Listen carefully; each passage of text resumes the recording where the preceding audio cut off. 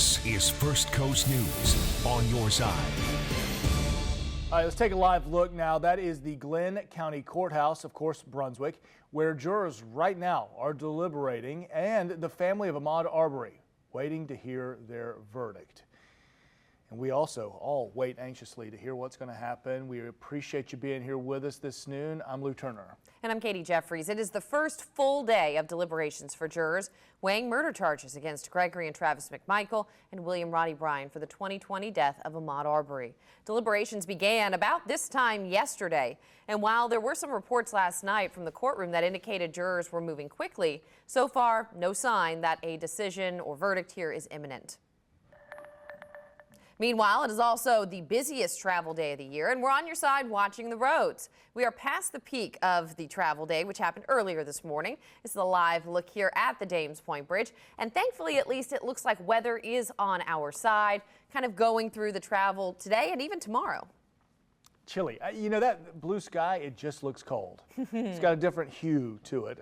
Maybe I'm just crazy. Lauren Roundkrantz joining us now with Jacksonville's most accurate forecast. Do you agree, Lauren, or am I just being nuts? You are most definitely not nuts, Good. Lou, although, you know, we would let you know if you were.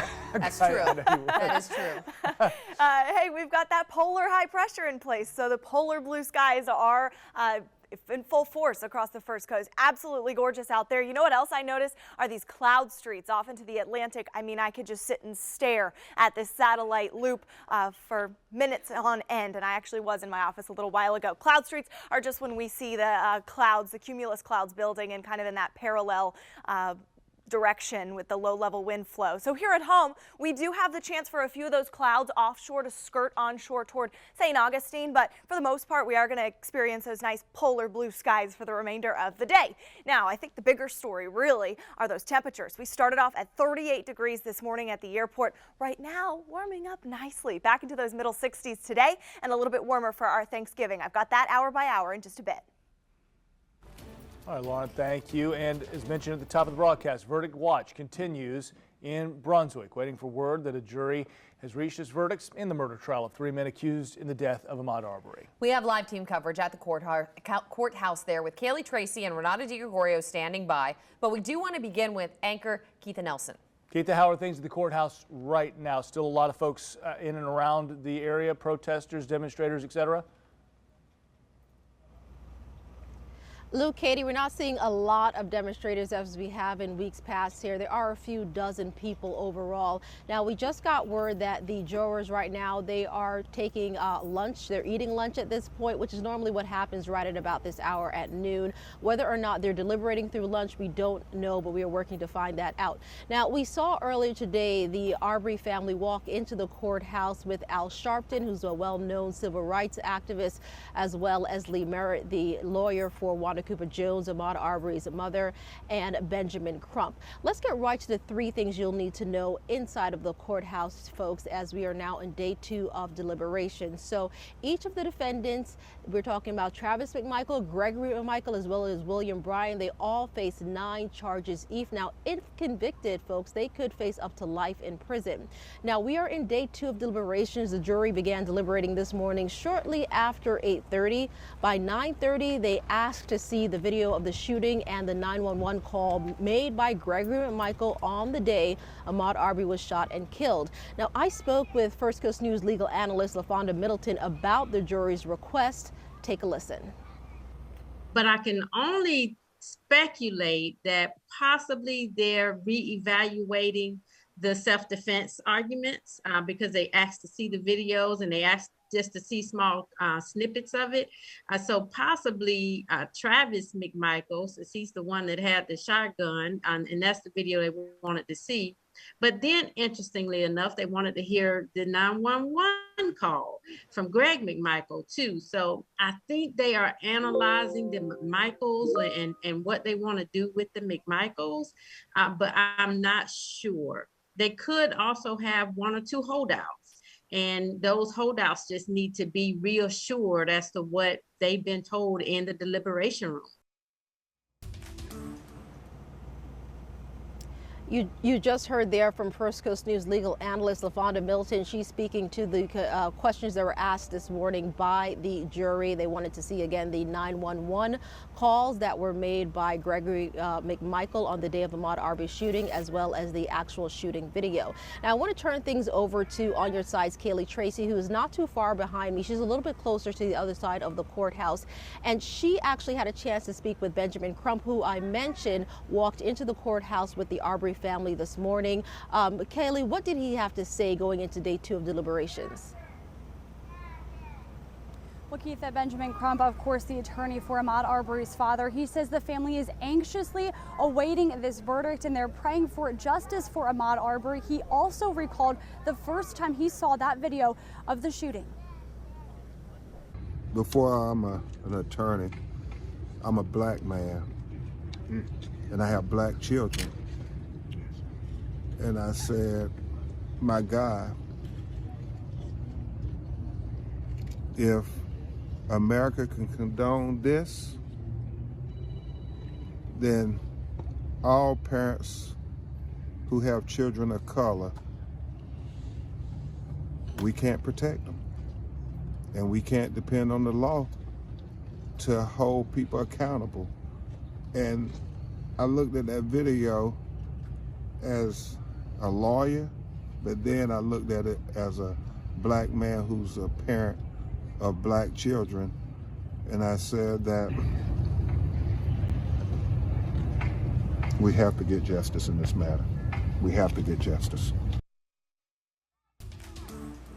Crump also tells me they are cautiously optimistic, but they say that in Minneapolis a few months ago, the verdict in the Derek Chauvin case gives them hope. Keitha? Thanks for that, Kaylee. And we want to toss things over now to On Your Side's Renata Gregorio. Where Renata is standing is normally where we see a large number of the demonstrators gather each and every day. And Renata, I want to talk about what we're seeing here. These are demonstrators not just from Glenn County or Georgia. These are folks from all across the nation, because we know what happens in this case, this verdict, will have implications not just within the county, not just within the state, but all across our nation. So fill us in about what you're hearing there. Keitha, that's something that really we keep hearing, that it is not just the 3 defendants on trial. In fact, we heard it this morning when Ahmaud Arbery's parents came down this way and they stood over here with the Reverend Al Sharpton. The attorney for Wanda Cooper Jones, who is Lee Merritt, said something that a lot of people have been feeling, that it's America's judicial system on trial. Attorney Ben Crump likened the defendants, 3 white men chasing Arbery, to times of slavery.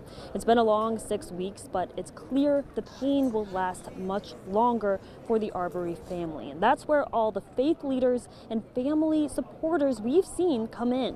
The Reverend Al Sharpton led them in prayer today. He says it's needed so much in this trial especially. They sat and heard some of the most racist statements made in a court of law that I've heard in the decades I've been out here. Amen. I've sat in many courtrooms. I've never sat in a courtroom where a victim was akin to an animal, talking about dirty toenails. Yeah.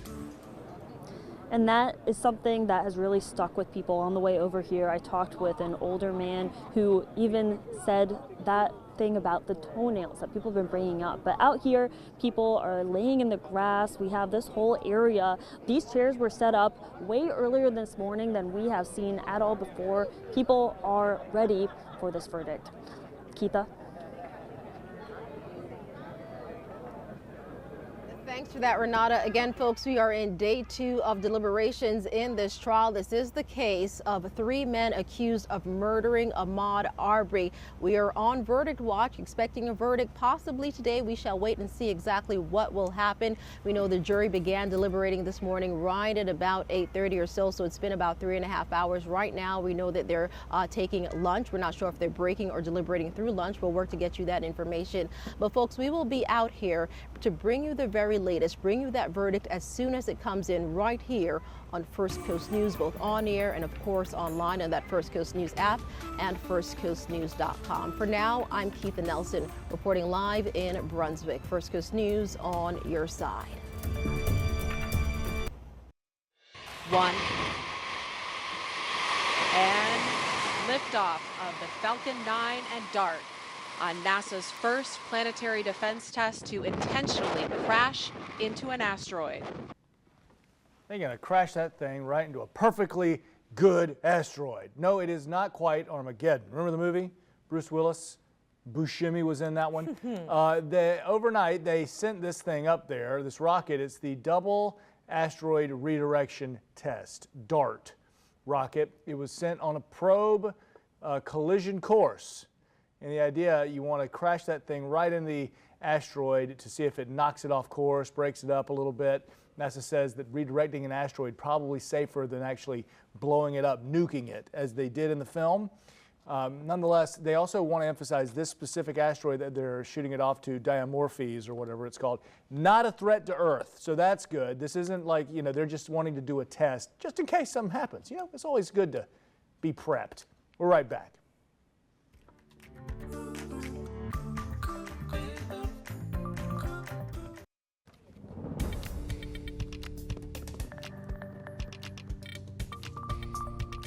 One of the great traditions every single Thanksgiving, I think every single fire department around the country likes to show off what can happen if you fry a turkey before properly thawing it and getting all the ice off. It's just like perfect. It's beautiful video. Of course. It's outstanding because every year somebody somewhere starts a fire like this.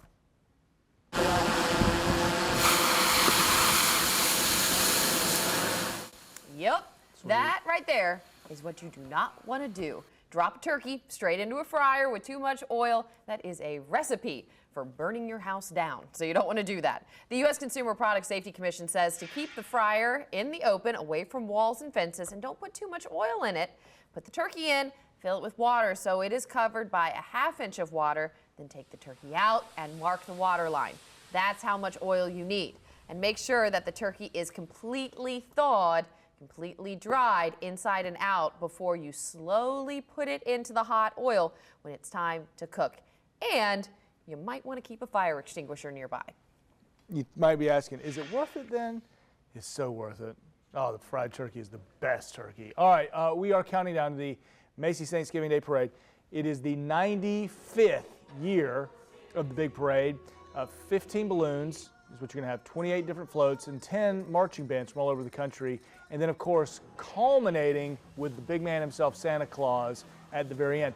Lined up for appearances, acts like Carrie Underwood, Kelly Rowland, Foreigner. I can't wait to hear Foreigner's Christmas carols. Miss America, Camille Schreier, Muppets from Sesame Street, and all three guys who have hosted Blue's Clues, which is great.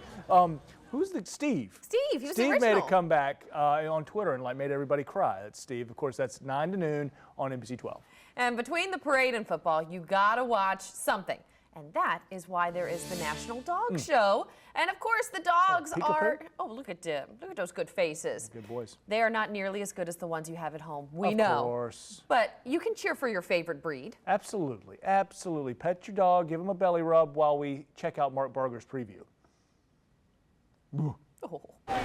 Time to get up close and personal with pooches again. John O'Hurley and David Fry hosting the 20th anniversary of the National Dog Show. When we began back in 2002, we were lucky enough to have 19 million people surprise us and watch our first show. Today, we expect audiences of up to 30 million watching the show. A pandemic-impacted event last year saw cardboard cutouts completely replace fans, and even the host worked remotely. This year, the human herd still thinned a bit, but more than 200 dog breeds will be taking part, including the newest, the Beaver Terrier.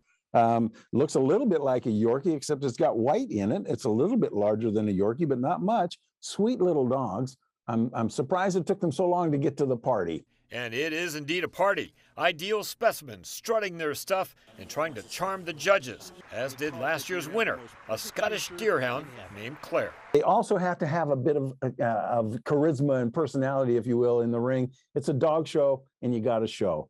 Can you win? Getting an up-close look at the backstage preparation, O'Hurley's 14-year-old son, William. Remember what I've always told you.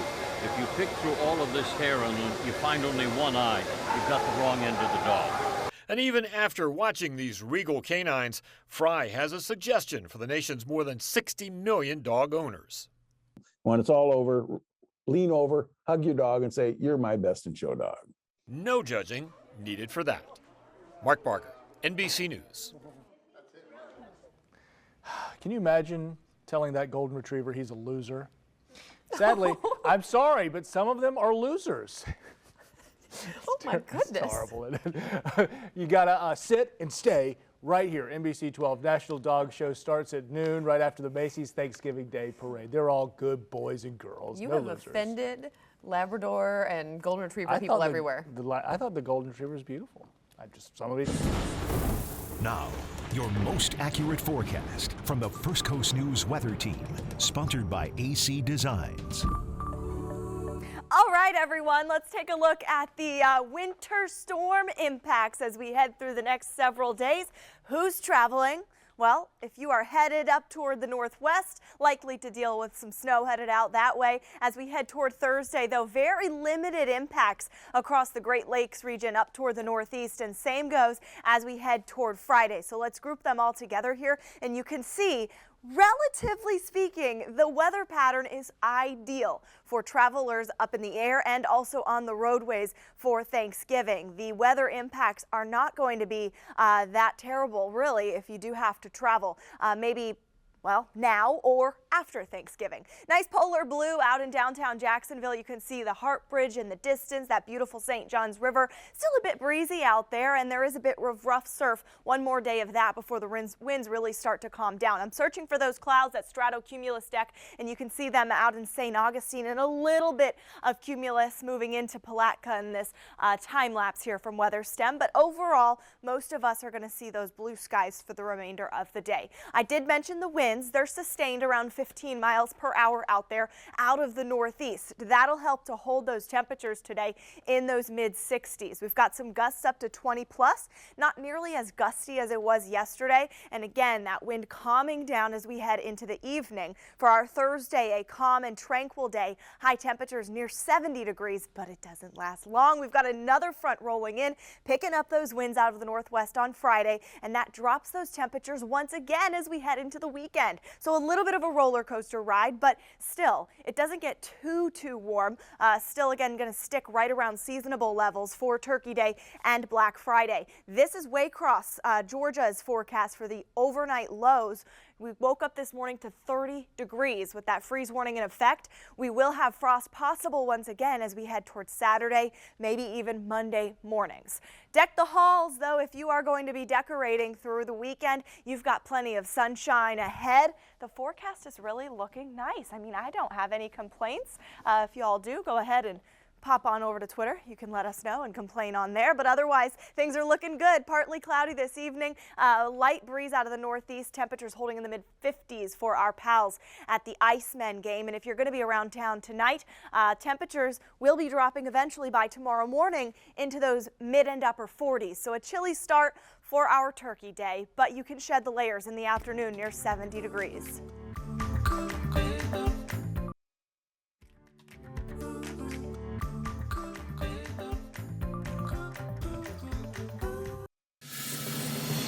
Watching First Coast News on your side. All right, there is a live look. Glenn County Courthouse, Brunswick, Georgia. Jurors, as told to us by Keitha Nelson just a moment ago, were on lunch break as they do deliberate, and the fate lies in their hands now. The three men charged with the death of Ahmaud Arbery, waiting on that verdict. We appreciate you being with us here this noon hour. I'm Lou Turner. And I'm Katie Jeffries, and it is the first full day of deliberations for jurors weighing murder charges against Gregory and Travis McMichael and William Roddy Bryan for the 2020 death of Ahmaud Arbery. Deliberations began about this time yesterday, and while last night there were reports from the courtroom that indicated jurors were moving quickly, so far there's no sign that a verdict is imminent. Meanwhile, it is also the busiest travel day of the year. Things look pretty good here. This is 295 near Bay Meadows. We're on your side watching those roads. Now, we are technically past the peak of the travel day, which was earlier this morning, but so far haven't seen any major problems on your roads or at your airport, so that's pretty good. Very encouraging. Just got a little message from my road warrior mom on the highway in South Carolina. Now that's a different monster. Well, yeah, 'cause you go down to those 2 lanes on 95. You know, yeah, any of y'all ever driven there, you know how bad that is. So God bless them as they make their journey to South Georgia. Lauren Routkrantz joining us now. Look at our forecast. We were talking about those cool blue skies. Oh, yes, I know. My brother just got into the Jacksonville International Airport, and he can confirm it is chilly out there. He said, oh, it was a little colder than I expected. I said, I told you so. And Mom and Dad are also headed up here as well. So hopefully everyone all arriving to their destinations safe and sound and on time. As far as our low temperatures go, yeah, we hit 38 degrees at the Jacksonville International Airport this morning. Makes it the coldest morning of the season so far. The coldest we have been since today was November 15th, 40 degrees. So we will add this one to the books, and it actually looks like we have more 30s in our future. More on that in 10 minutes in Maine weather, but right now, just look at those observed low temperatures this morning. 30 degrees out at Waycross, 36 in Lake City, and even 37 degrees in Keystone Heights. Now, right now, those temperatures are warming just nicely. We are in those lower 60s. We'll continue to bump up by a couple of degrees, but it is a bit breezy out there. We've got nice clear sky across southeast Georgia and northeast Florida, with the exception of some of that stratocumulus deck beginning to skirt onshore in southern St. John's and also out toward Flagler County. You can see those cloud streets off into the Atlantic. Make sure for a very picturesque view across the Atlantic as well, especially from up above. As we look into this evening, if you have plans to head out and about, maybe deck the chairs. Well, it's not going to be as cold as it was last night with temperatures widespread in the 30s. We're going to really, for the most part of the evening, hold in those lower and middle 50s. By midnight, we'll be reaching about 52 degrees. And again, other than a few clouds, we are going to remain dry. That breeze continues to settle down into Thanksgiving Day, and with a nice complement of sunshine, getting to about 70 degrees. Then as we head into Friday, we'll pick up those winds once again, another front rolling through, and look at Waycross, Georgia. I've got some frost expected for you, possibly as early as Saturday and Monday mornings again.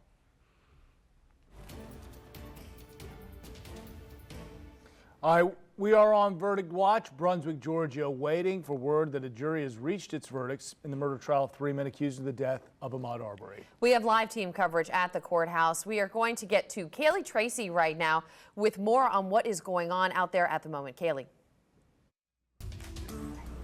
Keitha and Lou, we know that they are in a lunch break right now. We do not know if the jurors decided to deliberate over that lunch break, but we do know that all the defense attorneys have been outside talking to some reporters. They're saying they don't know how long it will take, how much longer it will take for the jury to deliberate. They say this is an anxious time. Also telling me it's an anxious time, and Benjamin Crump, he is the attorney for Ahmaud Arbery's father, Marcus Arbery Sr. He tells me that the family is, of course, emotional, as you may expect, and they also say that they are cautiously optimistic. Take a listen to what he had to say. Obviously, it's very emotional. They are very anxious. It is tense, and they're just leaning on their faith. They're praying to God for justice, because to us, it's a case, it's a hashtag, but that's their child. I mean, that's their baby boy. And for him to be lynched in broad daylight, their killers must be held accountable. Benjamin Crump tells me that the verdict in the Derek Chauvin trial back a few months ago in Minneapolis, he says that that verdict gives the Arbery family some hope today and heading into further deliberations with the jury. I'm going to hand things over now to my colleague Renata DiGregorio, who is back here behind me in front of the courthouse.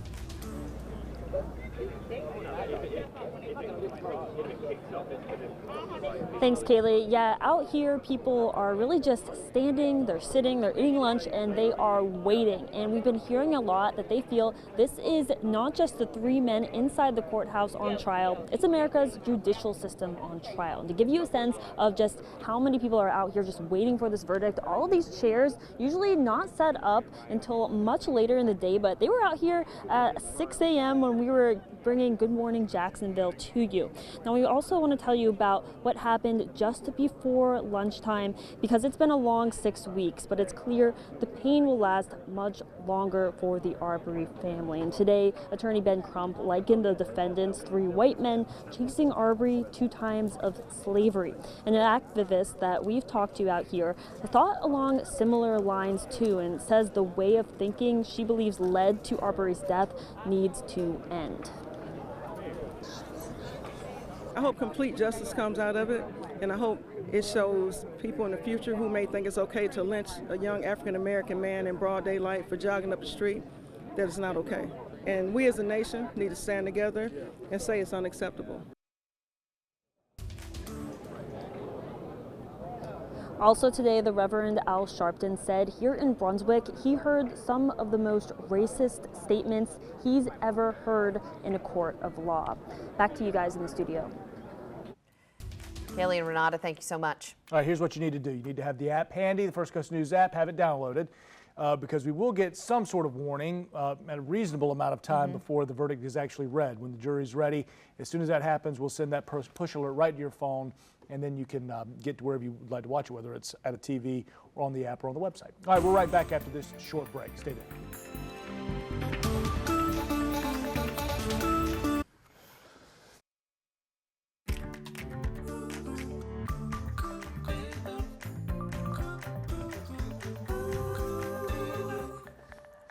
The Jacksonville Sheriff's Office says a boy was hit and killed by a car while riding his electric scooter on the north side. Happened around 6:45 last night at Rolling River Boulevard and Rolling Stream Drive.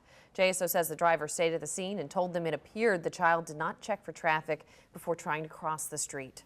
Police also say that they don't believe the driver was speeding at the time of the crash. Trash, recycling pickups still top of mind for a lot of folks all across the River City. City of Jacksonville is saying they're still trying to get a handle on yard debris as well as garbage pickup, but people who live in Jacksonville still paying about $12 a month for this solid waste disposal fee. We don't have a choice on that, do we?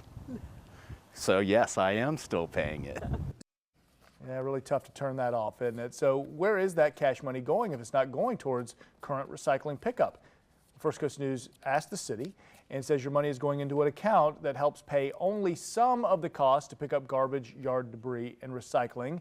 The city covers the rest. All right, maybe you're watching us on a streaming device right now. Streaming TV, though, used to be much simpler. Netflix, maybe Hulu, and you were covered. I remember I actually said once, I was like, who's going to pay for streaming services? And here we are. Way back in the day, and here we are. Now everyone. Now there's more than a dozen major services. I was very wrong. A lot of people pay for it. Consumer reporter John Matarese shows how to see the hottest shows without subscribing so you don't waste your money. This is the best of times and the worst of times to be a TV viewer in Florida. You have more streaming services to choose from than ever before, but prices are high and it's so confusing.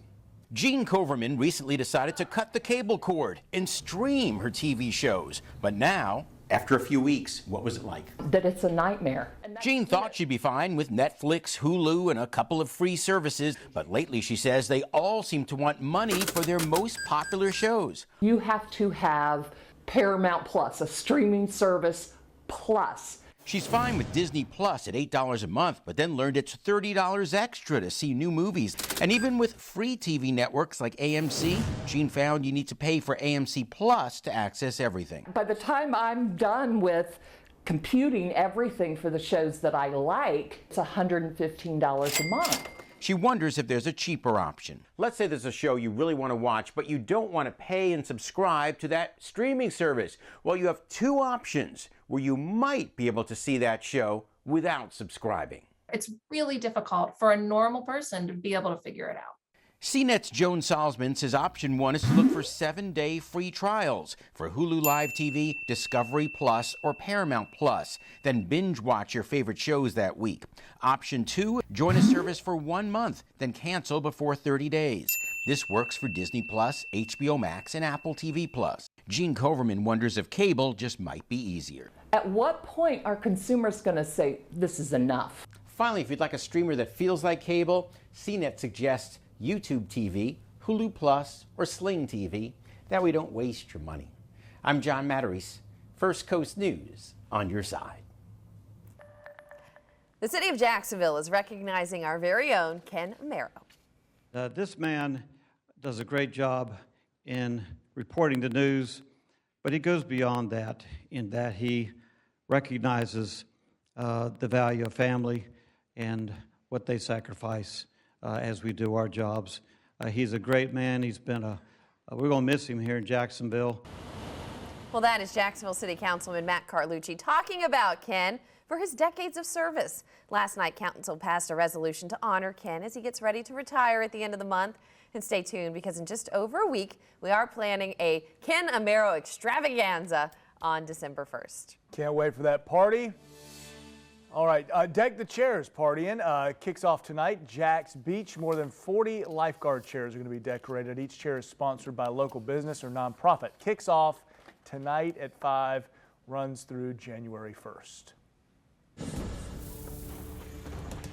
Side note, the Octopus Garden has actually been donated to the Mayport Coastal Sciences Middle School, so the kids get to enjoy that in the years to come, but still really cool event to head out to Deck the Chairs and look at all those awesome lights and the really cool displays, always supporting a good cause as well. This afternoon, temperatures will continue to warm by a couple of degrees. We're still below that average high in the lower 70s, but tomorrow we'll be a little bit closer to that average high, near 70 degrees for our Turkey Day. Now tonight, temperatures still on the cooler, chilly side, shall we say. A little bit more mild closer to the coast and along the river, as to be expected as that breeze picks up out of the northeast throughout the day. And it actually will let off overnight, but overall, we're going to see a little bit of a warm up, very brief, ahead of our front that rolls through on Friday. So for our future cast today, we stay dry. The only exception would be a very brief coastal shower out towards St. Augustine or Palm Coast. They won't really make it that far inland, though, if they do skirt on shore,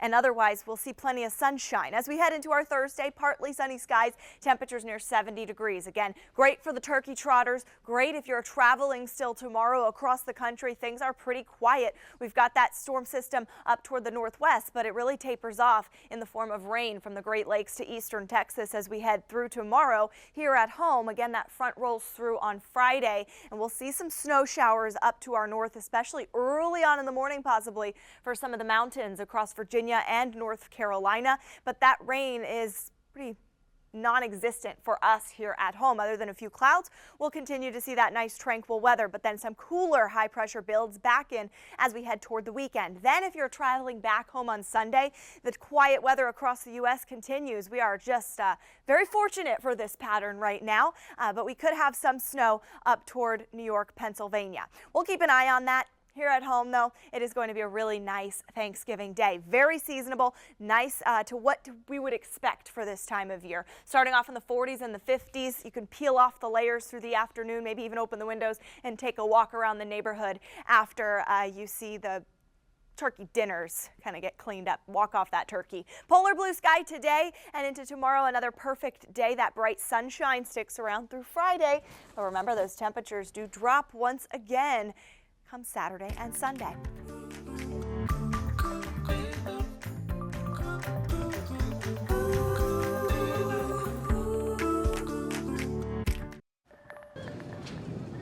This is some great news and brand new news for you, as hundreds of families on the First Coast extra thankful right now. USS the Sullivans, it is home. And yeah, you know what? That's sweet stuff. They are back from its world deployment today, day before Thanksgiving, just perfect. It's a destroyer, and you know what destroyers do? Destroy. They destroy, exactly. 7-month deployment on a massive group of friends and families there at the pier, waiting as they came home. Just wonderful stuff. Seeing the skyline of Jacksonville and seeing the buildings as we were coming in, it was a little surreal that, oh yeah, this is the end. We finished the deployment and we are coming home safe. And seeing all the families on the pier, I think there were a lot of not dry eyes on board as we saw all the families on the pier and they started to cheer for us. It's a fantastic way he put it. Seeing the skyline of the distance, that's got to be an incredible feeling coming in from the ocean there. During deployment, the crew navigated more than 50,000 nautical miles, participating in multinational operations. We're going to meet some of that crew and their families tonight when you join us. First Coast News at 5 o'clock. Paris Winningham.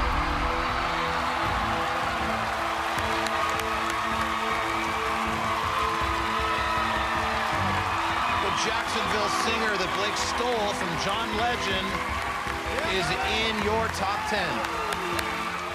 Oh, he just keeps winning, advancing last night to the top 10 on The Voice. So voters keep backing the Jacksonville native and Navy veteran Paris Winningham there on his journey in this competition. See him sing live on Mondays right here on NBC 12.